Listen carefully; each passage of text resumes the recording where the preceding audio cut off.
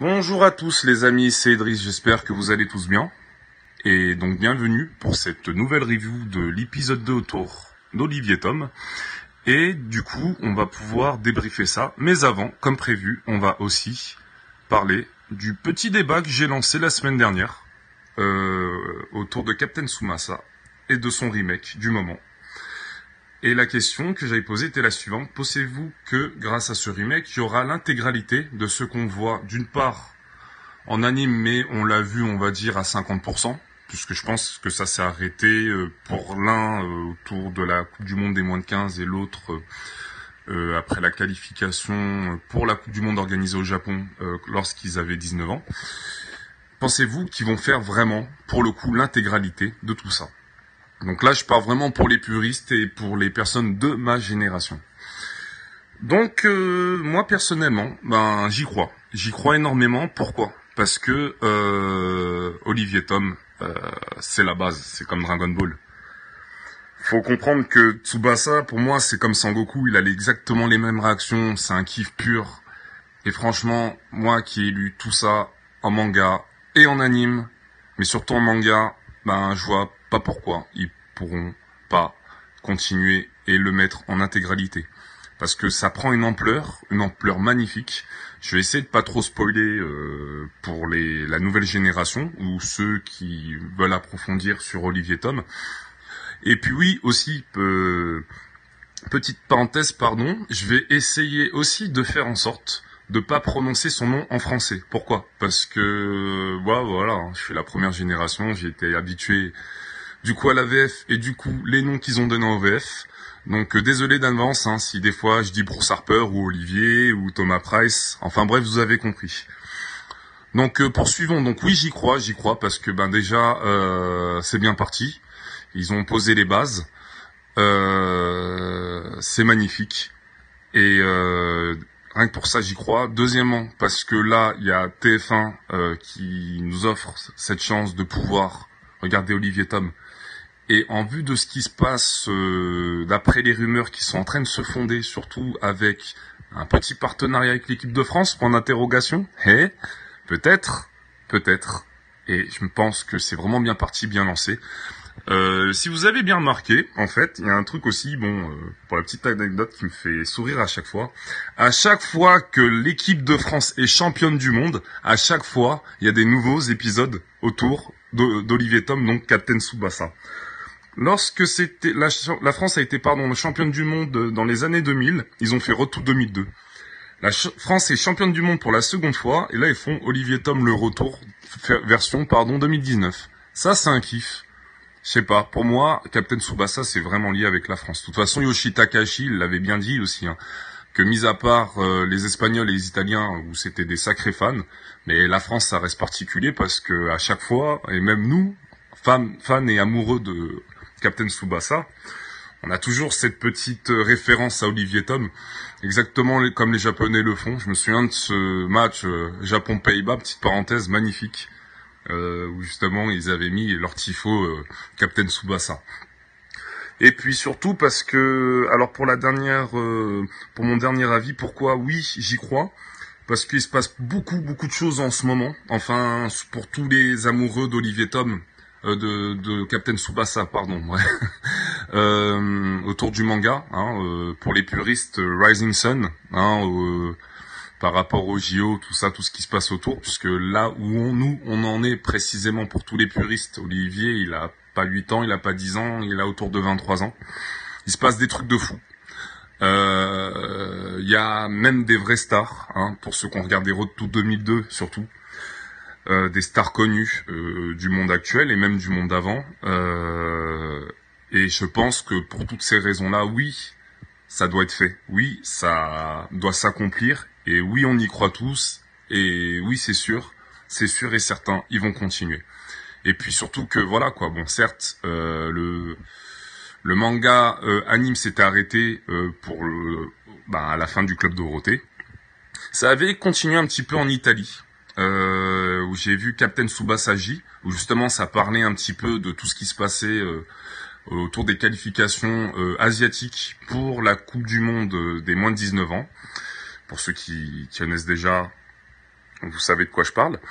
Et oui, effectivement, voilà, je pense que non, il n'y a pas de raison, il n'y a aucune raison, il faut que ça continue. En plus, il y a des nouveaux personnages, il y a des nouvelles techniques, il y a des nouveaux tirs, il y a des nouveaux pays qu'on voit, et pas forcément les meilleurs, qui ont des super techniques. Je pense à la Suède aussi. Enfin bref, j'y crois, je pense que vous y croyez aussi, et donc je pense que c'est bon.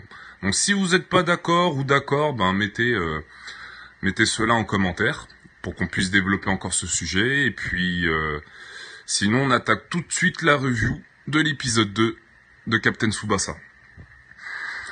Donc, c'était un chouette épisode. L'épisode 2, c'est un petit peu ce qu'on a vu dans les années 90. Donc là, je parle donc vraiment de la première génération. Donc voilà, là, il y a Wakabayashi, dit Thomas Price, mais bon, Wakabayashi. Qui accepte le défi d'Olivier, mais sauf que là, il y a la petite subtilité, comme dans les années 90, c'est qu'il le défie avec toute son équipe. Là, la précision, je pense, qui a été modifiée, c'est le fait que c'est l'équipe B de Wakabayashi qui va affronter Olivier et Tom. Ça, je me souviens pas s'ils avaient donné des précisions vraiment là-dessus. Faudra que je vérifie en amont. Et donc voilà, il y a le défi qui est là. Olivier, donc là la différence, il a pas ses petits vêtements comme dans les années 80 avec sa petite chemise rouge et son petit short bleu. Non, là il a carrément son maillot à lui avec ses initiales. Là la différence par rapport aux années 90, donc c'est que d'une part, je pense qu'ils ont modifié le scénario au niveau des chaussures. Et aussi, je pense que c'était au niveau, je l'ai dit précédemment, c'était au niveau de l'équipe, voilà. Chaussures et équipe B. Donc voilà, comme prévu, Olivier, donc prodige contre prodige, affronte défi Thomas contre les 11 joueurs de l'équipe B. Donc voilà, bête de scénario. Donc voilà, Olivier qui dribble tout le monde avec une aisance admirable.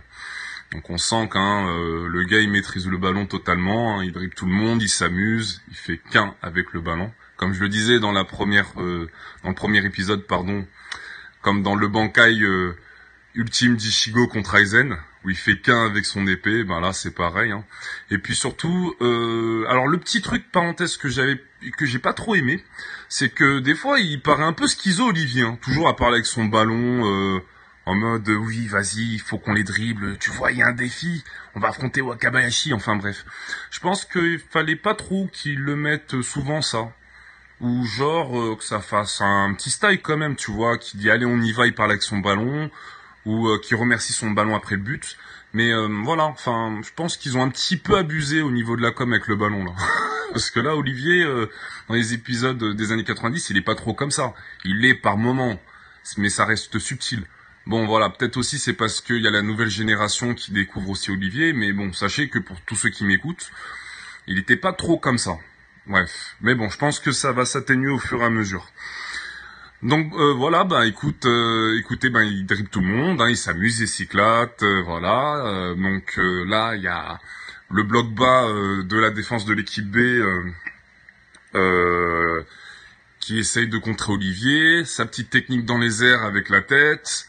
Wakabayashi qui dévie, qui rebondit sur le poteau. Donc Roberto Ungo, désolé pour la fois précédente, c'est pas Roberto Seguinho, ça c'était le nom en français, donc c'est Roberto Ungo en japonais, qui ressente la balle. Alors petit effet entre guillemets spéciaux sur la bouteille d'alcool. Voilà, et puis l'enthousiasme de Roberto parce qu'il voit un défi magnifique, qu'Olivier, voilà, il gère, au même titre que Thomas, donc deux prodiges qui s'affrontent. Et puis qui finit par entrer le ballon au fond des filets, ce qui provoque la rage de Wakabayashi et en même temps un nouveau défi autour des deux prodiges. Donc là, voilà, comme avant, donc voilà, Wakabayashi qui est énervé, sa fierté était heurtée, il lui propose un match, tout bonnement, un vrai match. Où là, ce qui différencie, d'après ce que j'ai entendu, c'est peu importe le score, donc peut-être que là, ça va être différent du manga d'avant, des épisodes d'avant. Donc là, il lui dit bien, peu importe le score, si tu mets un but, je perds le défi. Donc affaire à suivre. Et puis donc Wakabayashi qui s'en va en mode empereur, ça j'ai bien aimé. Olivier donc qui continue à jouer avec Ryo Shizaki, du nom français Bruce Harper. Voilà, petite passe et tout. Et puis t'as Roberto Ongo qui leur propose leur aide en tant qu'entraîneur avec le petit tir poteau suivi d'un retourné acrobatique avec le filet qui déchire, impeccable. Donc voilà. Donc et puis là, à la fin de l'épisode, l'acharnement d'Olivier à vouloir reproduire le même geste. Et ce qui est significatif, parce que avec du recul, quand je vois l'épisode moderne d'Olivier, c'est là où clairement tu vois que voilà, il adore les techniques, et c'est là où tu vois aussi que il aime bien reproduire les techniques d'autrui. Donc ça c'est intéressant. Donc ça tient ses promesses. Ça respecte Olivier tel qu'on l'a connu dans les années 90. Et puis surtout ce qui est positif, c'est que voilà, on va très vite d'un sujet à un autre comparé à l'époque. On s'attarde pas, et ça c'est vraiment good. Et je pense que voilà, pour toutes ces raisons-là, je pense qu'il n'y a aucune raison pour que ça marche pas. Je pense que vraiment, là les bases, elles sont là. C'est vraiment stylé. Les images, alors franchement, impeccables, impeccables. Ils ont fait vraiment un sacré effort là-dessus. Exactement comme les mangas en parallèle modernes. Petit bonus autour...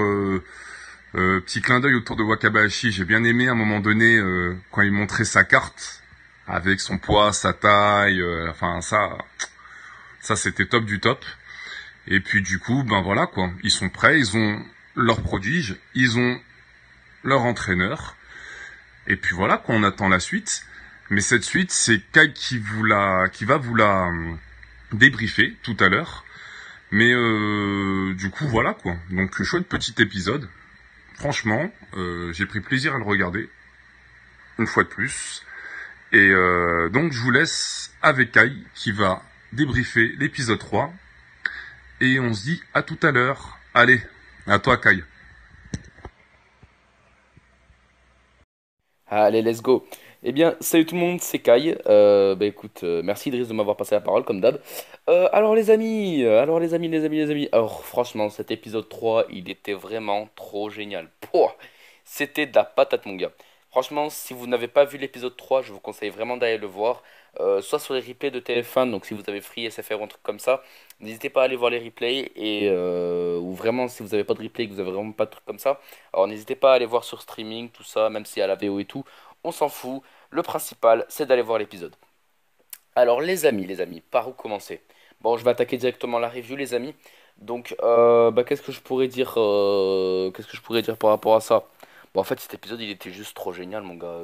Il était trop sympa, mon gars. Il était trop bien. De l'épique, de la beauté et du style, tout simplement. Bon, commençons. Bon, déjà, on arrive dans la chambre de Tsubasa, donc on voit les petites figurines, le petit maillot et tout. Et on voit Tsubasa en train de dormir. Et t'as sa mère, tu vois, qui rentre dans sa chambre. Et au moment où sa mère rentre dans sa chambre, t'as Tsubasa, tu sais, il est en train de rêver de la retournée qu'il avait fait dans l'épisode 2. Et il se réveille comme ça, il fait allez, la retournée, tu vois. Et t'as sa mère qui se prend la couverture dans la gueule. Et genre, il lui dit oh maman, genre, qu'est-ce que tu fais là et tout. Et je crois, genre, elle lui dit, genre, à un moment, en fait, elle vient, et elle lui dit, t'as pris la sale habitude de te lever le matin et tout, et en plus, c'est bientôt la fin des vacances de printemps. Elle lui dit comme quoi, en fait, le lendemain, le lendemain, en fait, ce sera la rentrée et tout, et que en fait, c'était important qu'il puisse dormir et tout ça, tu vois. Donc, qui doit profiter de son sommeil des vacances, tu vois. Et en fait, t'as un moment, elle vient, elle lui dit, écoute, Tsubasa, j'ai quelqu'un à te présenter. Et Tsubasa, il lui dit, bah c'est qui? Elle lui dit, allez-y, entrez. Et là, les amis, on voit Roberto Hongo, donc l'entraîneur de l'équipe de Nankatsu, donc avec Ishizaki et tout. Et il vient et elle lui tend une lettre. Elle lui dit, tiens, c'est de la part de ton père. Et sur cette lettre, il y a écrit un petit mot. Donc, je cite, cher Tsubasa. Roberto Ongo est véritablement un footballeur pro brésilien.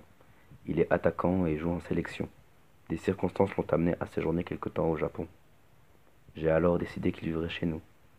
Je lui ai déjà parlé de toi. Il va t'apprendre ce qu'est le vrai football. Et juste après avoir lu ça, et ben t'as Tsubasa qui se dit ah ouais c'est trop cool, t'as Roberto Ongo qui va dormir chez moi et tout, oh c'est trop bien et tout. Et ensuite t'as Roberto qui rigole, tu vois, un petit ricanement comme ça. Ensuite on les voit en train de déjeuner avec sa mère, Tsubasa et Roberto.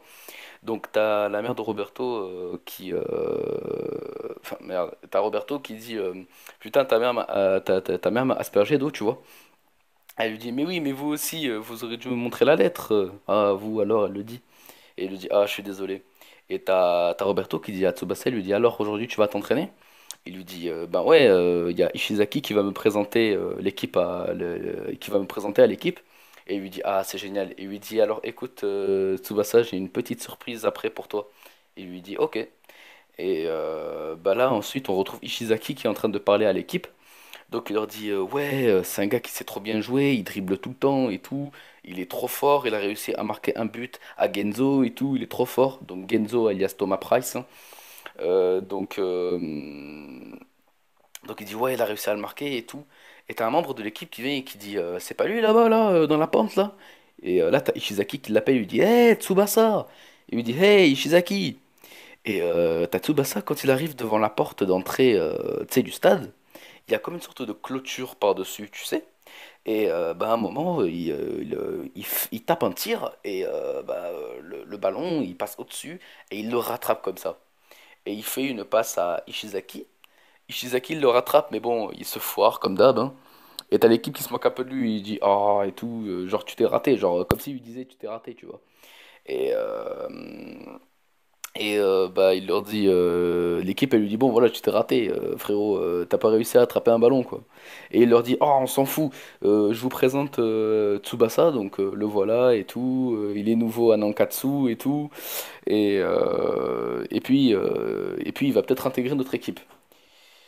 Et ben, ce qui se passe c'est qu'à un moment t'as un jeune garçon dans l'équipe de Nankatsu qui vient et qui dit Tsubasa, tu vas nous rejoindre et tout.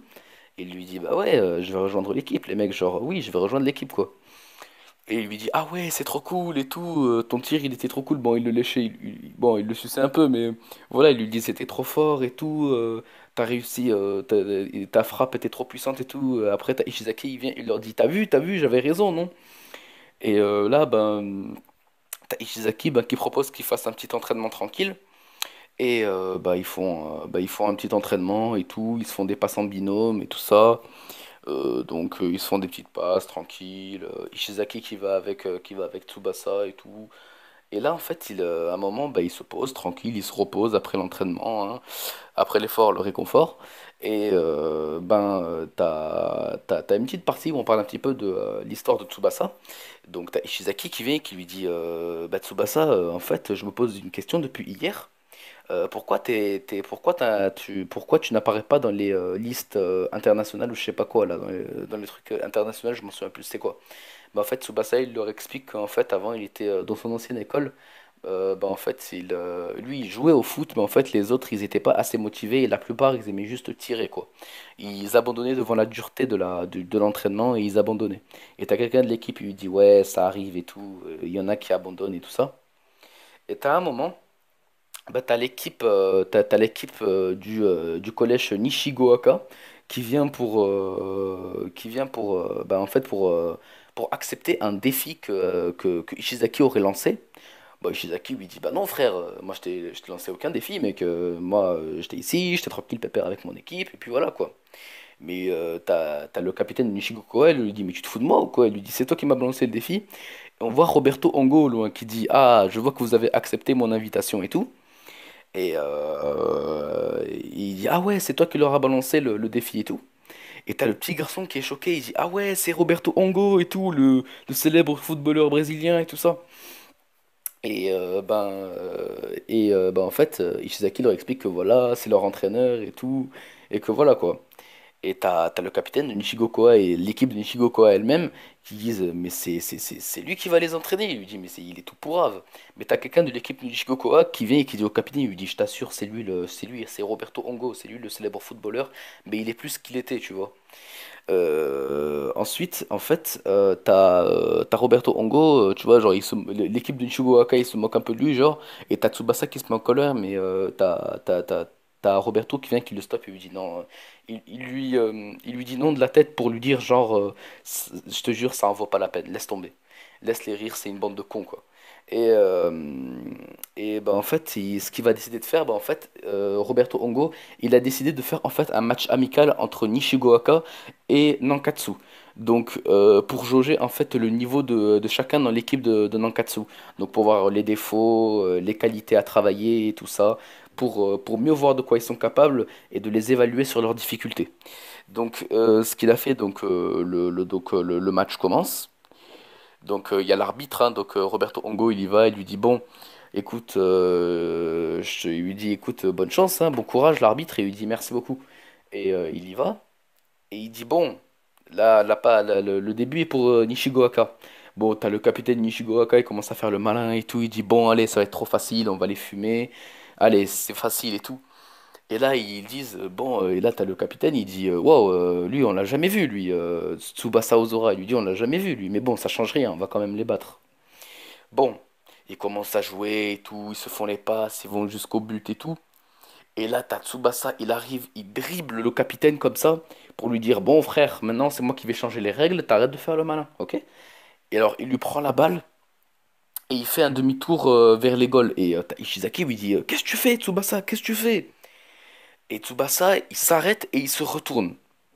Et là, mec, il s'arrête, il se retourne comme ça, il recule comme s'il voulait faire un corner, et il tape une de ses frappes, mon gars, elle va direct jusqu'au goal, elle passe entre les joueurs, elle va jusqu'au goal, et bah, il a marqué un but. C'est trop puissant, frère.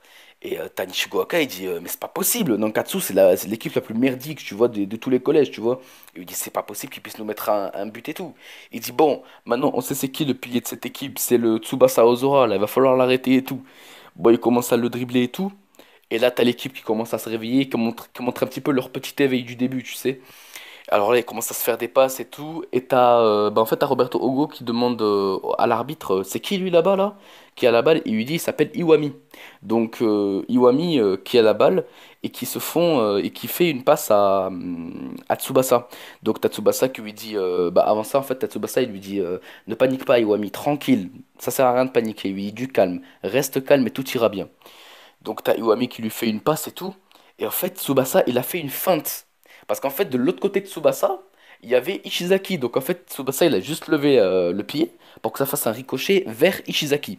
Quand Ishizaki, en fait, il est allé devant, en fait, il a fait une grosse frappe, comme Tsubasa. Sauf qu'en fait, c'est arrivé sur le goal et en fait, le goal l'a stoppé, malheureusement. Et ensuite, le match s'est enchaîné et tout. Bon, t'as l'équipe qui commençait à bien jouer. En fait, il commençait à se faire des passes. En fait, c'était le début de la synchronisation entre l'équipe et Tsubasa, quoi. Donc, il commençait à bien jouer et tout ça. Et au dernier moment, donc à la dernière minute où Ishizaki, il était venu en fait, t'as Tsubasa qui a centré pour Ishizaki, comme dans l'épisode 2 avec Roberto Hongo, j'ai remarqué. Donc t'as Tsubasa qui centre comme ça, et t'as Ishizaki, il vient, il met un de ses coups de tête comme ça pour le mettre, il voit qu'elle est rentrée. Ishizaki, il était trop content, il a dit ouais, je l'ai mis et tout, je suis trop content, c'est la première fois que je mets un but et tout, tu vois. Il était super content d'avoir mis un but. Et t'as Ishizaki à la fin, il remercie Tsubasa, il lui dit oh Tsubasa, mec, c'est grâce à toi, merci beaucoup, franchement, t'assures, mon pote, franchement, t'es vraiment trop fort, c'est grâce à toi si on a réussi et tout. Et après, il lui dit mais non, mec, c'est toi qui as fini le dernier but. Il lui a dit c'est toi, hein, il lui a dit c'est toi qui as été l'auteur du dernier but, hein. Il lui a dit mais non, mais sans toi, on n'y serait pas arrivé et tout. Il lui dit de toute façon, c'est toute l'équipe qui a gagné. Il a dit sans l'équipe, on n'aurait jamais réussi. Et t'as Nishigoaka, ils se disent putain, 4 à 5, 5 à 2. Et il lui dit c'est quoi ce bordel? Il dit eux, dans le Katsu, ils sont merdiques. Et là, il se dit putain, c'est ce Tsubasa là, c'est lui qui est trop fort, c'est lui qui a tout changé. C'est à cause de lui qu'il y a eu tout ça, tu vois. Et là, t'as Roberto Hongo, on le voit au loin comme ça, et il dit ah, ça y est, maintenant je connais tous leurs petits défauts. on va enfin pouvoir commencer le réel entraînement. Et là, les amis, l'épisode 3 se termine. Franchement, c'était vraiment trop beau, c'était magnifique, c'était trop génial. Ce qui m'a vraiment plu, c'est vraiment la synchronisation équipe et Tsubasa, donc Nankatsu et Tsubasa, qui m'a vraiment plu. Donc en fait, ce qui m'a plu, en fait, c'est de voir l'équipe gagner, en fait, de voir l'équipe Nankatsu remonter dans l'estime des gens, tu vois, surtout dans l'estime de Nishigo Aka, tu vois. Donc franchement, c'était vraiment trop génial. Mais j'ai oublié de stipuler un petit détail. En fait, à un moment, on voit Genzo, donc Thomas Price, qui est en train de faire son petit footing et tout, qui s'entraîne. Et on voit une petite scène avant où il explique que bon, voilà, c'est la honte, il a perdu contre Tsubasa et tout. Il dit, putain, moi j'ai pas le droit. Moi, si je gagne pas contre Tsubasa, bah en fait, le but de l'an dernier, il va servir à rien en fait. Si j'ai gagné l'an dernier, le but de l'an dernier, il vaudra rien. Il faudra que je le batte, ce Tsubasa. Donc on le voit s'entraîner, il court et tout, et il arrive devant le terrain.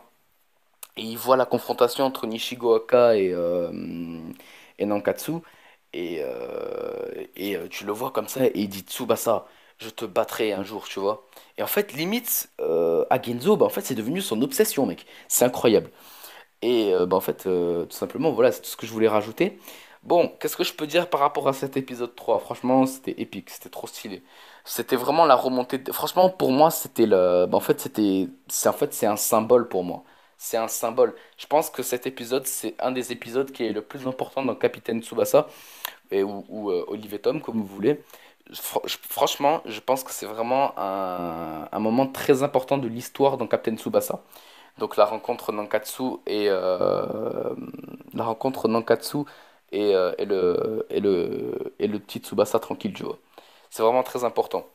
En fait, je sais pas quoi dire. Il était trop stylé cet épisode. C'était trop bien. Surtout avec Roberto Hongo et tout. C'était vraiment pas mal. C'était vraiment, ça m'a touché, vraiment. C'était vraiment très beau. En tout cas, les amis, voilà, moi c'est tout ce que je voulais dire. C'était vraiment un épisode qui était vraiment pas mal. Donc, pour ceux qui ne connaissent pas Captain Tsubasa, bon, petite pub. Donc, n'hésitez pas à aller voir ATF1, donc sur TF1 tous les dimanches. Donc, il y a un épisode qui sort. Donc, là, il y a l'épisode 6 qui va sortir le dimanche, là. Donc, les amis, qu'est-ce que je peux rajouter?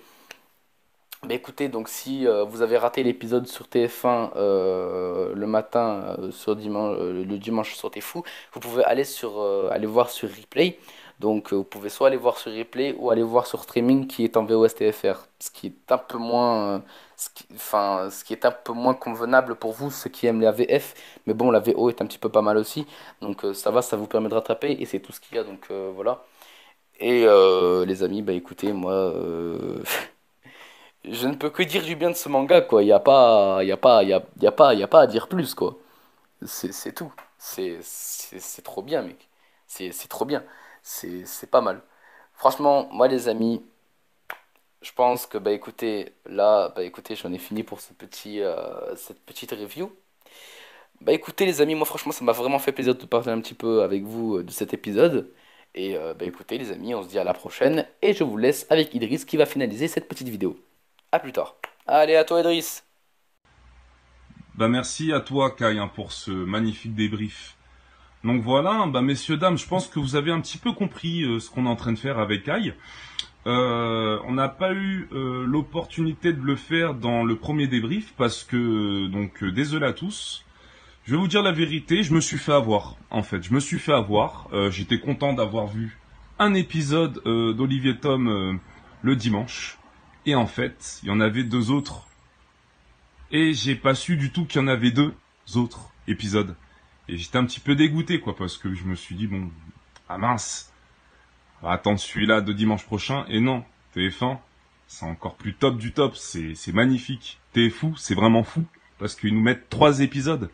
Donc d'une part, je suis très content parce que ça va permettre à Kai aussi d'avoir un débrief beaucoup plus élargi. Et même pour moi, hein, comme ça on dit pas les mêmes choses. Et on reste sur cette continuité de moi, la première génération d'Olivier Tom, et lui, la dernière génération d'Olivier Tom. Et ça c'est top et ça c'est parfait. Donc avant de vous laisser, ben comme d'hab, hein, je vais vous poser la petite question autour du prochain débat.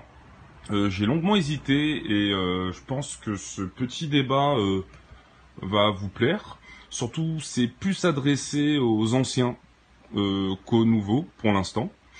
C'est pensez... alors, 1, 2, 3. C'est aimez-vous ces petites subtilités, ces petites différences qu'il y a entre Captain Tsubasa des années 90 au Captain Tsubasa de 2019. En se basant bien sur les 3 premiers épisodes, s'il vous plaît. Et donc moi, je vous donnerai, ainsi que Kai, la réponse la semaine prochaine. Donc merci beaucoup d'avoir suivi cette review de l'épisode 2 et 3. Donc ce petit rattrapage de l'épisode 2 et 3. Donc pour la suite, donc rendez-vous dimanche autour du débrief de l'épisode 4, 5 et 6. Donc ce qui va se passer, c'est que moi je vais débriefer l'épisode 4 et 6. Et bien évidemment, je répondrai au petit débat que j'ai lancé tout à l'heure. Et Kai, lui, débriefera l'épisode 5. Donc voilou. En tout cas, mes amis, je vous souhaite une excellente journée. Merci à vous d'avoir suivi la vidéo. N'hésitez pas à la liker, à la publier ou à la partager, à le dire à vos amis, à tous les bons amoureux de Captain Tsubasa. Et puis, juste un dernier truc. Oui, il y a beaucoup de gens qui me l'ont dit. Oui, je vais commencer à arrêter de donner les noms en français. Et je vais de plus en plus dire les noms en japonais. Vous inquiétez pas. Merci beaucoup. Passez une excellente journée. Au revoir à tous.